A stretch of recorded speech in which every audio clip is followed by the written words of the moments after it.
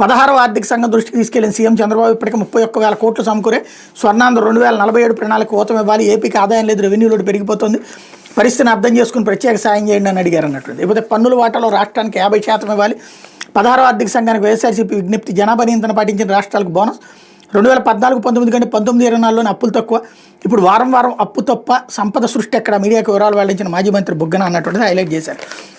కాకపోతే రొయ్య సాగు సమ్మెట అంటూ కూటమి ప్రభుత్వ తీరుతో విసిగి వేశారని రొయ్యల రైతులు సాగు సమ్మె బాట పట్టారు. పశ్చిమ గోదావరి జిల్లా సిరగారపల్లె, చందపర్రు గ్రామాల రొయ్యల రైతులు బుధవారం క్రాప్ హాలిడే ప్రకటించారు. ప్రభుత్వం ప్రకటించిన రొయ్యల కొనుగోలుదారులు తమ గిట్టుబాటు కావని, ఇప్పుడున్న పరిస్థితుల్లో తాము ఆక్వా సాగు చేయలేమని, అందుకే తామంతా క్రాప్ హాలిడే పాటించాలని నిర్ణయించామంటూ చెరువుల వద్ద బోర్డులు పెట్టి మరి నిరసన వ్యక్తం చేస్తున్నారు.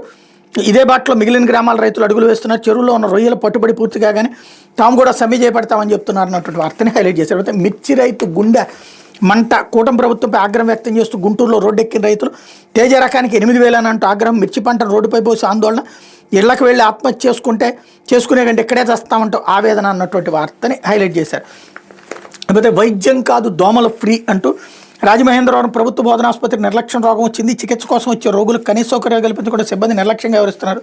సెప్టిక్ వార్డులో రోగులకు వైద్యం అందించే తీరు దారుణంగా ఉంది. వాళ్ళంతా అధ్వాన స్థితిలో ఉన్న పరుపుల మీద పడుకుని వైద్యం చేయించుకోవాల్సిన దుస్థితి తలెత్తింది. ఆసుపత్రిలో ఉన్న పడకలు నిరుపయోగంగా మారి ఈ వార్డులో ఫ్యాన్ లేకపోవడంతో రోగులకు దోమలతో ఇబ్బందులు తప్పడం లేదు. దుప్పట్లేక దోమతెరలు కప్పుకోవాల్సిన దయనీయ స్థితి. ఇంత జరుగుతున్న ఆసుపత్రి అధికారులు పట్టించుకున్న దాఖలాలు లేవన్నటువంటి వార్తని హైలైట్ చేశారు.